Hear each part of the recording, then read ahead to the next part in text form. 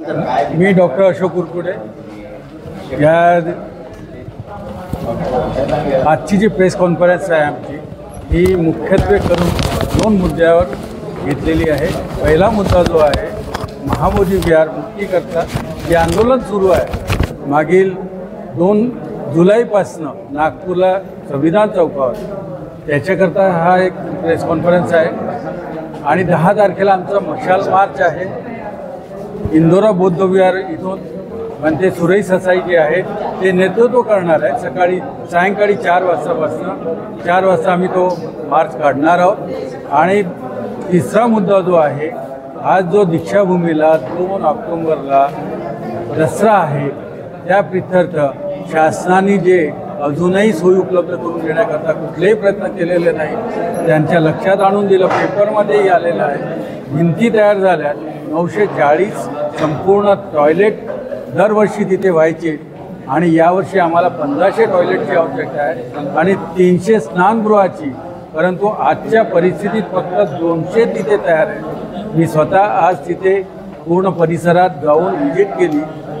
फक्त 100 दीक्षाभूमीला तयार आहेत जे वापरता येतील आणि 100 ITI मध्ये तयार आहे जे वापरता येतील। उर्वरित जे आहे बॅकलॉग तो त्वरित त्यांनी तयार करावा आणि आमच्या लोकांच्या सोयीकरता उपलब्ध करून द्यावा। कारण की 15 लाख लोक येतील। मागच्या वर्षी पाऊस खूप आला, पावसात सर्व शाळा सुरू कराव्या लागतात आणि ते अनाऊन्सही करतात।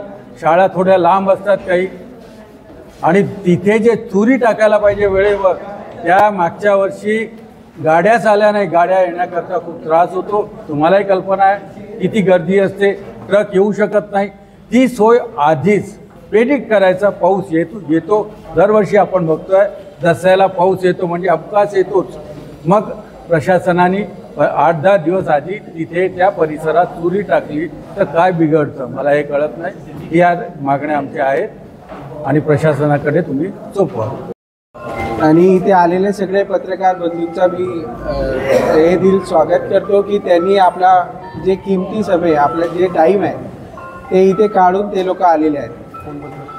आमचा विषय असा होता, मी मंगेश वानखेडे, वंचित बहुजन आघाडी नागपूर शहरचे अध्यक्ष म्हणून, आणि वंचित बहुजन आघाडी जे सातत्यानं दीक्षाभूमीचं प्रोग्राम आणि जे प्रोग्रेस होत असते त्यासाठी ते सतत बोलत असतात। त्यासाठी आमची अशी मागणी होती की तिथे जे आता आपलं जे पाहता क्लासरूम्स आहे, कॉलेज आहे, त्या परिसरमध्ये पण रूम्स अवेलेबल्स आहे। तिथे पण जे शाळा आहे, कॉलेज आहे, त्या कॉलेजला पण जर ते तसं पण 3 ते 4 दिवस 6 दिवस कॉलेज बंद असतात, तर जे आम्हाला तिथे लोक येणार आहे, जे श्रद्धाळू तिथे येणार आहे, त्यांना ते रूम, त्यांना ते क्लास अवेलेबल झाले पाहिजे। तसे पण आपल्याला तिथे पाहतो की वारंवार जे तिथे श्रद्धाळू असतात तर क्लासेस नाही होत, तर 5 दिवसपर्यंत कॉलेज ते जे प्रशासन आहे, कॉलेजचं जे परिसर आहे त्याला 5 ते 7 दिवसाची सुट्टी असते। तर ते 7 दिवशी तिथे सगळ्या क्लासरूमला अटॅच तिथे बाथरूम्स अवेलेबल्स आहे, तिथे राहण्याची व्यवस्था पण आहे, तिथे राहण्याची व्यवस्था पण होऊ शकते। तर आम्हाला असं म्हणणं आहे की कॉलेज परिसर, कॉलेज आणि शाळा, लॉ कॉलेज ते पण खाली जर झालं आणि प्रशासनाने ते कॉलेजला पण खाली करून तिथे राहण्याची व्यवस्था करून दिली तर ती एक खूप चांगल्या पद्धतीने इथे आपले श्रद्धाळू तिथे राहू शकेल। आमची ही मागणी होती। आणि जे तिथे उर्वरित काम जे आहे आणि जे तिथले जे प्रशासन आहे त्या प्रशासनाबद्दल मी सांगून काय इच्छुकतो की आपण जे पाहता की हे जे दीक्षाभूमी आहे ते ऑल ओव्हर इंडियामध्येच नाही तर ऑल ओव्हर वर्ल्डमध्ये बाबासाहेबांनी जे क्रांती घडून आणलेली आहे ती क्रांती फक्त नागपुरात दीक्षाभूमीमध्येच घडून आणलेली आहे। ते क्रांतीचे स्तूप जे आहे ते आपल्याला इथे भेटते। आणि माननीय मुख्यमंत्री साहेबांना आम्ही हे प्रेस रिपोर्टच्या मार्फत सांगणं इच्छितो की हे त्यांचे जे दक्षिण पश्चिममधून ते आमदार पण आहेत आणि दीक्षाभूमी पण हे दक्षिण पश्चिमच्याच अंतर्गत येते, तर त्यांनी हे श्रद्धाळूसाठी ओपन करण्यात यावं आणि त्यांनी विशेष लक्ष दीक्षाभूमीसाठी देण्यात यावं की इथे जे येणारे श्रद्धाळू आहे ते मागच्या वर्षी पण त्यांची चेंगराचेंगरी झालेली आहे. बरेच लोक इथे ॲडमिट पण झालेले होते. त्यामुळे यावेळेला अशी कोणती भानगड झाली नाही पाहिजे. आणि प्रशासनाने आमचे इथे मान्यवर इथे बसलेले होते, त्यांनी सगळ्यांनी सांगितलं की कोणत्या पद्धतीने कार्य चालू आहे. ज्या मीटिंग्स 3 महिन्या अगोदरपासून चालू होत होत्या, आता प्रोग्राम 2 महिन्यावरती आलेला आहे, तरी प्रशासनाने याची काही दखल घेतलेली नाही आहे.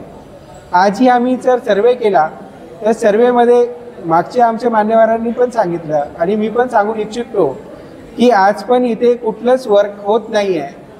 आणि त्यांनी बोललेलं आहे की आम्ही हे सविस्तर माहिती तुम्हाला पुरवण्यात येईल. अजूनपर्यंत मीटिंग्स कलेक्टर साहेबांकडे गेल्यानंतर पण कलेक्टर साहेबांनी पण उडवाउडवीचे उत्तर दिले की ते बोलले की आम्ही मीटिंग्स लावू तेव्हा तुम्हाला कळवू. म्हणजे अजूनपर्यंत मीटिंग्स लागलेल्या नाही आहे आणि जे उर्वरित बाबी आहेत ते पण पूर्णपणे झालेल्या नाही आहेत. तर त्याच्यावर देशमुख स्मारक समितीचं काय म्हणणं आहे? ते का बरं करत नाही, ते का बरं निवडत येत नाही? देशमुख स्मारक समिती आहे, समिती जी आहे ते बरखास्त झाली पाहिजे. माझे प्रश्न ना हां की प्रशासन कुठल्या मार्गावर चाललेलं आहे. EVMचा मुद्दा असो किंवा तुम्ही कालचीच परवाची देशमुख स्मारक समितीची गोष्ट करतो, त्याच्या बनते सुरेश साहेब बनतेसोबत पण भेट झाली की त्यांनी का नाही करण्यात यावं, त्यांनी का नाही पुढाकार घ्यावा. तर ते बोलले की आमचे ऑलरेडी दिलेलं निवेदन आहे, त्यांनी आम्हाला प्रत पण दाखवलेली आहे. त्यामुळे आता ते काय करतील प्रशासन. आणि आम्ही पण काल जाऊन निवेदन देऊन आलो. वंचित बहुजन आघाडी आणि महाबोधी महाविहार समितीच्या माध्यमातून पण आम्ही त्यांना रिपोर्ट दिले की ही जे महाबोधी महाविहार मुक्ती आंदोलन चालू आहे त्यामुळे दीक्षाभूमीला 15 लाखपेक्षा जास्त जनसंख्या येण्याची शक्यता आहे.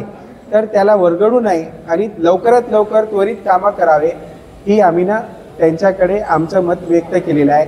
येणाऱ्या उर्वरित काळात जे काही मीटिंग्स होतील त्या मीटिंग्समध्ये आम्हाला सातत्यानं बोलवल्या जाईल असं आमची अपेक्षा आहे. आणि आम्हाला पण ते माहिती पडलं पाहिजे की कुठल्या माध्यमातून ते कोणते कामं करत आहे. कारण आम्हाला पण इथे जे आम्ही इथे बौद्ध बांधव आहोत, जे नागपुरात राहणारे लोक आहेत, त्यांना पण बाहेरचे येणारे लोक प्रश्न विचारतात का हो तुमच्या नागपुरात असं का, ही गैरसोय काय होते. तर आम्ही त्यामुळेच प्रशासनाकडे जाऊन हे सगळ्या मागण्या केलेल्या आहेत.